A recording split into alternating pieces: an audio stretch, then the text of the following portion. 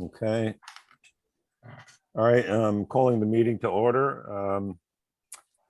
Looks like the workshop that we had scheduled for this evening is not going to be held. The applicant is not going to be able to make the meeting. So therefore, I guess we're going to see if there's any public comment. Going once, twice, three times, no public comment. Okay. Next thing on the agenda is a discussion with Trustee Bazey regarding the unified solar permits. So Laura, tell us all about the unified solar permits. Okay, so thanks for having me, and thanks for your interest in the topic. I can give you a little bit of background. So there's a program called the NYSERDA Clean Energy Communities that Phillipstown has been a part of for a while, but Cold Spring hasn't really engaged in it. And we've just started, and it's like a point-based system where you take actions from their list of what they have, and once you achieve 4 actions, then the village gets $5,000. And then when you get enough to get 3,000 points, then you get $10,000. It's very like incentive-based, and will give us funding to do good projects around EV chargers or insulating our municipal buildings, or things that would bring clean energy to the village. As it turns out, we've already done a lot of the work. So we're just doing the paperwork now to get the credit for it, which is really good news. So things like the community choice aggregation, or we've switched the streetlights to LED. So we're getting credit for it. But I've been going through the list of what's possible to see, what are other actions. And one of them is something called a unified solar permit. And the idea is to create kind of a consistent permitting process across municipalities for solar. And so that's what Sean and I just happened to be kind of talking about the topic at a meeting, and this came up.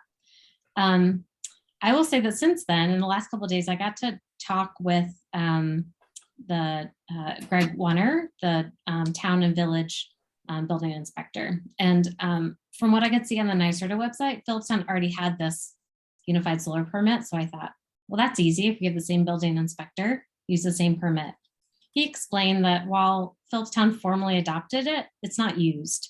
It sounds like it was maybe up on the website for a while. Nobody used it. I think it's no longer there. They just use their regular building permit process for solar, and he thinks that it works pretty well, or he thinks it works well. So I don't want to, it's a long document. I have to say, I don't understand the ins and outs of it, but if it makes it more complicated, that's not the point.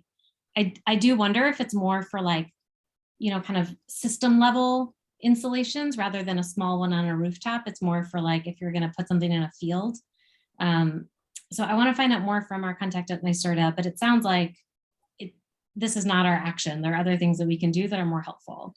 But I really like and appreciate what Sean has been suggesting of, are there ways that we could just kind of give more guidance to residents in Cold Spring of like, what are best practices that would make the process from the HDRB side easier? We have solar panels, and it went through like so easily through HDRB, but they were small and they were facing, they weren't facing Main Street, and whatever we did it right, and it was really easy. But it would be helpful, I think, to provide some of that guidance in ways that maybe you do that through the guidance document that's on your website. But I didn't check, but maybe I'm guessing it doesn't include guidance about solar. So I thought it was still, even if we don't do the permit, I liked the idea of us just finding ways to make it more, to encourage more residents to do this. Well, it really, I think the best practices document is something which is would be very useful, because I know that the angle which panels are set does in fact have an impact on when peak solar charging occurs, and how much solar energy is collected over the course of a day. And so I think that we have done quite well as far as the solar applications. Typically, we ask that the panels be parallel with the roof, So you don't have, the solar panels at 45 degrees when the roof is at 30 degrees, things like that. And I think as long as that information's up front, I think most people would be, quick to accommodate our requirements. So I have to agree. I think that having a best practice document probably would make sense. And I guess, Sean, do you think, and I know we have a section of the design standards for solar, am I correct? Hmm. Well, in our the current design standards that we're operating under has kind of a small note about solar, and the new design standards that we are having laid out currently has a little bit more information. There is also a resource guide for the new design standards that we haven't finalized yet, which is specifically talking about sustainable building practices, and really kind of acting a little bit more as an opportunity to just give people information about other resources. It's like basically just a clearinghouse for resources for people to get information about sustainability and energy efficiency pertaining to historic properties. So I think there's an opportunity for more. I would also suggest that maybe whatever we include in the design guidelines about solar panels, we can also maybe pull out into like a single sheet that's easier to find on our website that can just be information about, I mean, not conflicting information, obviously, but just kind of a immediate thing about, like Al said, the angle, the, where the conduit runs. We could have a little bit of information about solar tiles, because that is something that we've approved, although I don't know whether they've actually been installed yet, just as a sort of separate tool for people to get kind of quick information about. I think from what I understand from Trustee Bazzi, we don't need the presence of HDRB approval of solar panels does not negate the solar panel unified permit or whatever it is. It's not, us being part of the equation doesn't remove the village from taking advantage of this point. But it provides us with an opportunity to think about how we could make it a little bit easier or a little bit swifter, without totally forfeiting our oversight of it. That's right. Even if the village did adopt this unified solar permit, it has as a kind of precondition for its applicability that it goes through HDRB if that's a required process. If There's it's in the a district. checklist of like, when can you use this unified permit, and it says has been approved or is exempt from HDRB. Right. So they would have to go through it first.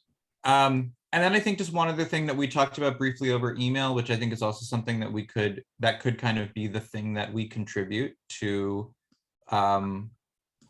people thinking about solar panels. I mean, I think it would be totally within our purview and our interest to waive the HDRB application fees for any permit, for any solar applications. I mean, it's probably the fastest. I mean, I told Laura last week, we've never turned down a solar application in the 6 years or 7 years that I've been on the board. And even our most drawn out discussion is about, making sure that the lines are going exactly where they have to go. And while we have encouraged people to put the panels on rear facades or on less visible facades, we have actually, we did approve solar panels down on Market Street, on the corner of Market and Main, which were on the primary facade, but it was because that's where they would be the most efficient, and it was for a commercial building. So even what's that? Well, also Lund Terrace and Market Street, they have solar panels on both the north and south. Right, Matt and what's her name? Yeah. Yeah, So- so They are in invisible spots, so we're not afraid of having solar panels on roofs. and I think that that also speaks to the technology improving as well and becoming less, it's becoming sleeker and it's becoming sort of less chunky, and you can get much closer to the roofing material than even 10 years ago or 7 years ago. So I guess as far as what role we can play, we would I don't think we can commit to it immediately, but we can certainly put on our agenda designing a document to give this information and having a sort of additional like one sheet as we discussed, but we'll just have to make sure we factor it into all of the other things that we're trying to get designed right now. I think that sounds great. I can, I'll ask this contact at NYSERDA also if she knows of any other communities that have, she's kind of looped in with lots of other communities that are doing work like this, and find out if there are any other local historic review boards that might have guidance that you could use as a starting place. Well, I think we have plenty of starting places. That any information would be helpful. Yeah. I think it just becomes a question of mobilizing our own forces in order to get it done. And the design standards has not been an example of efficiency and swift implementation or production of the document. So I mean, I've only been involved for about a year and a half. So I don't know about the rest of you guys, but I feel like we're moving at a good clip. well, now we are. Yes, we are moving, but in the past, I think we've The been original draft was written on For 5 papyrus. years, right? oh yeah, that's right. Because we had shifted to papyrus from Blame Kathleen. She left and it just threw everything in. Yeah, Yeah. we had our stone tablets, then we went to papyrus, and now we're That's right. finally using InDesign. So, what do my fellow board members feel about also waiving our HDRB application fee for solar panels? Yeah, I think I have no problem with it. neither do I. And I mean, think- if anybody should have an issue, would be the village, because they're the ones who are collecting the money. They're the ones who take all the money. But again, I think that this is something too that maybe because we obviously only we have purview over fewer buildings because it's only the buildings in the district. So in the effort of, I think, being fair to everybody, maybe the village would also consider waiving the permitting fees in general for solar projects, since it's I don't know how much you're making off of it now, but our fees are flat, no matter the application. They're not based on the size or the scale of the project. So I learned a little bit about the permitting from Greg, because again, we had solar panels, but I didn't see any of it because the contractor took care of it. And they have to review the designs. They come out and they do a site visit. Like it's not just a check from the building inspector side. And so I can imagine, I mean, I don't know how they calculate costs, but it sounds like there is a labor cost from that side. I think that might be the concern. Well, ultimately, what we can do is we can offer it up as a recommendation, and realistically, we don't set the fees. The village does. So it would be up to you guys. You guys can figure it out. And what is that? Just because I'm new, help me know. Like, what would that look like? How would you submit that request? the last time we tried to change our fees, it was an absolute disaster. Okay. But that was a different composition of the board, and we put a lot of work into analyzing what we thought our new fee structure should be, and it was not met with any degree of professionalism. So I don't know exactly what it would look like, but I imagine it would be me including it in our next monthly report as a request from our board to the trustees, saying, we have internally decided that we would make a request to the trustees to adjust our fee schedule so that so applicants for solar panel projects would not have to pay I think our fee's $30 for just our HDRB application fee. And how many, do you have a sense of like how many a year you get Solar panels? for solar panel applications? It is probably solar panels and fences are probably the two things we review more than anything else. Huh. But that's dealing with a pretty small sample set because we don't really review. We haven't been reviewing that many applications recently. But Yeah. I could go through it. I mean, I would say probably we probably look at least 5 or 6 a year probably for solar panels. Okay, so it's 1030, so it's $150 to the village. Right. Okay, Right.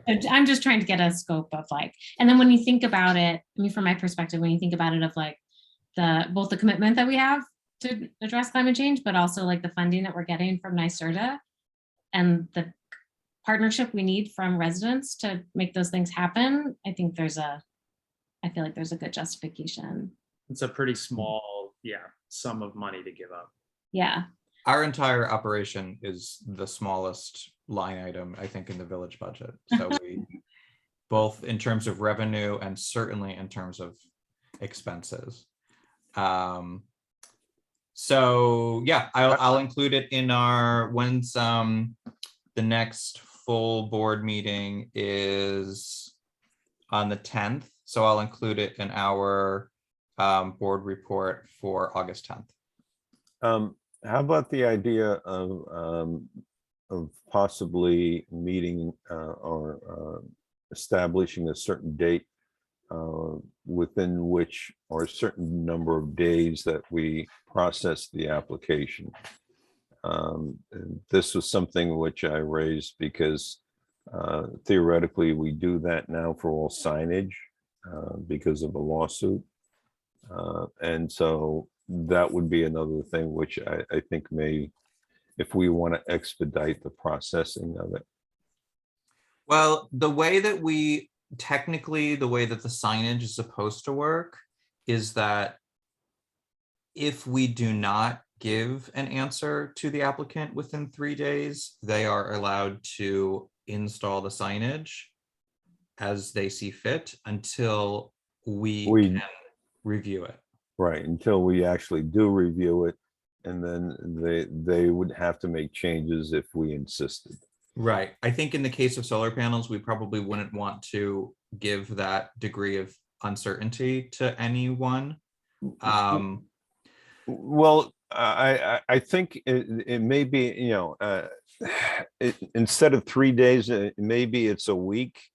And the advantage that we now have is that that was pretty much set before we actually had Zoom meetings.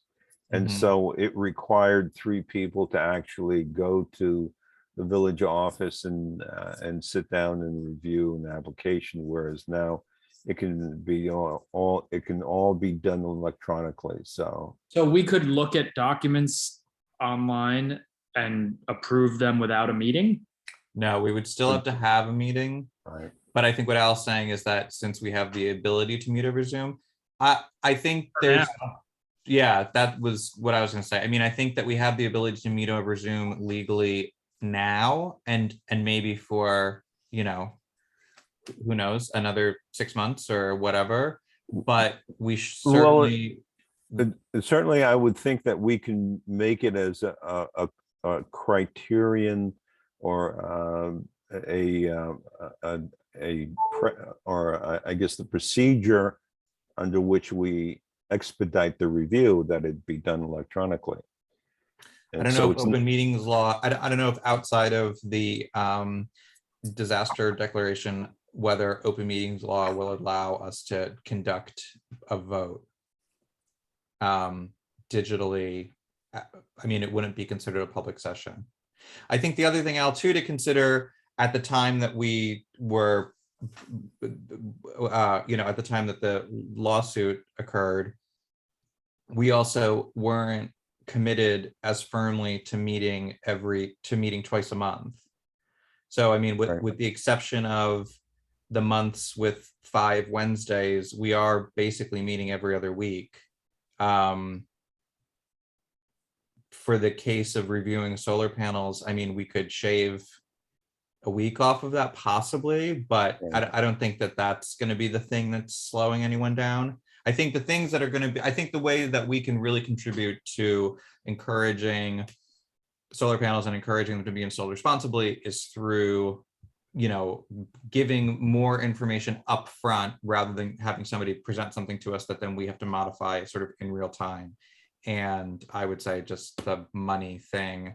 And again, it's the money that comes to us. I think it's also the money that comes to the village. And perhaps if there is a concern about the people power that goes into reviewing these things specifically, that might want to be a area of focus for whatever these funds that are coming in from this grant.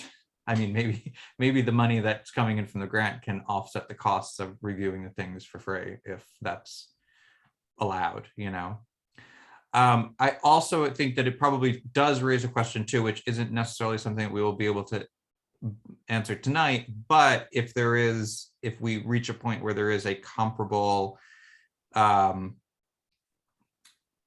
energy efficient, energy savings, green energy object that isn't a solar panel that people are going to start routinely installing on their houses, we would want to obviously not discriminate against that when it came to our reviews or our fees. I can't think of what else that would be. No one's going to be installing windmills. Windmills. Yeah. And hey, listen, I'm down at the river, and I'll tell you, during the winter, it's wind. We'd make them look like weather vanes, though. It would have to have the the sideways turbine. But so I think that that's just something else to consider for the long term. But John, can I ask about that? Because I'm thinking of other kinds of projects like that. So heat pumps have an external unit, in a way that air conditioners do. Is that something that comes to HDRB? it depends where it goes. Yeah, any piece of equipment that is visible from a public right of way, that is subject to our review and approval. I don't think that we have seen any heat pumps recently. So we're about to do a campaign. Well, I think that one of the reasons why we haven't seen them is because a lot of times people are digging them in their backyards, so if something is, so if the kind of, cap or whatever you want to call it, the sort of little generator box is sitting as close as it can to the geothermal well, then it's most likely going to be in someone's backyard. But I don't know how common geothermal is in the village. I don't know how common it is in the village. I know it's becoming more common in the town, where people have a little bit more space. I would say James and Juhi would be the people to ask about its popularity or relative merits within the village. Well, so we're about to launch this campaign to encourage people to install heat pumps or do other kinds of energy efficiency improvements.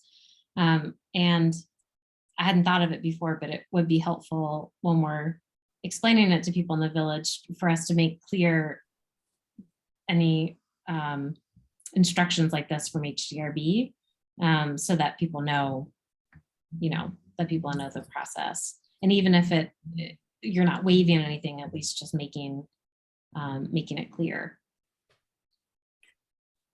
Okay, so you're talking about all energy saving possibilities as opposed to just solar. I was just proposing. Oh, sorry. Was that a question for me? Yeah. I was just saying that we should be. Well, I was actually asking Laura. Oh, okay. So, but yes, go ahead. Trustee Massey. This seemed like a case where there is another technology. Sean was kind of saying, what could other technologies be? And this question of heat pumps with an external unit feels like maybe that's one also for HDRB to consider. And I think it would be like step one, just it's helpful for me to understand. So I'm glad you explained a little bit, but like being clear with residents about what HDRB rules are around those heat pumps. And then if you wanted to do more than that, of guidance or permit waiving or something like that, that would be a different step. How about is the village up to sponsoring its own effort? I mean, we are right next to a river, which does in fact have constant flow. So is there a possibility that we can have a municipal water generated source of power? Oh, that may be beyond. That's a big one, Al. I feel like that Yeah. would require a lot of permitting and brings back State. stories of Storm King. Well, Storm King was something different. They were going to build a reservoir on top of Storm King and discharge into the Hudson River. I'm talking about, when you have constant water flow, you can drive turbines which are located in the river Hmm. and bring the source of electricity ashore. I feel like it's down the road for us. I think we have some immediate infrastructure challenges to tackle first, but it sounds neat. Okay. I'll start working on sketches. Okay, all right. Okay, so we will, between now and our next meeting, we will loop in Lloyd and Andrea. We will come to a agreement on our exact course of action, and we will include it in our board report on the 10th. Sounds great. Thanks so Great. much. Yeah, I really appreciate Okay. it. Thanks for coming around. Yeah, All right. here.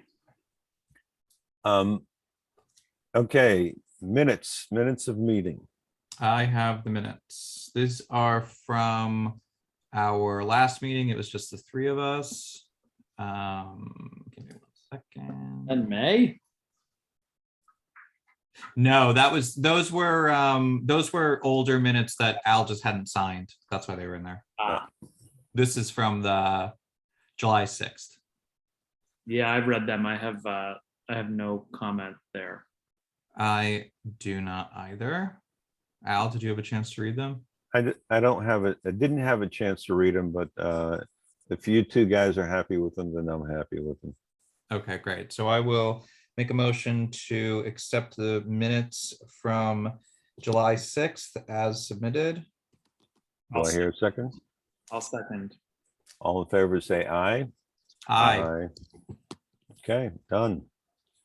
Do we have any idea what the Depot Square proposal is, or what, or is it? No, and so, sorry, we mentioned it before you came on. Serena had some illnesses in her family. All I know is that they bought the building, and I think they just wanted to discuss kind of big picture, deal breakers, process, what, and just kind of get an idea of, I think the impression I get is that they don't have a firm plan with what to do for the building. So I think what they want to do first is weed out anything that's an impossibility, and then bring forward a plan that's a little bit more tailored to what would be allowable by all the boards. So, All right, so this is the building that's north of the building on the corner. Right across from the restaurant. this is the Coach House, right across from the Right. Depot restaurant. I mean, yeah, it'd be great to see something happen there. We shall see. Can I make a motion to adjourn? Yes, you may. Go ahead. I just did. I'll Do second I, it. Okay, all those in favor say aye? Aye, Aye. Aye. All All right, right. Karen, we're done. 8:04. Night, Half guys. an hour. All right. Good night, everybody. See you See later.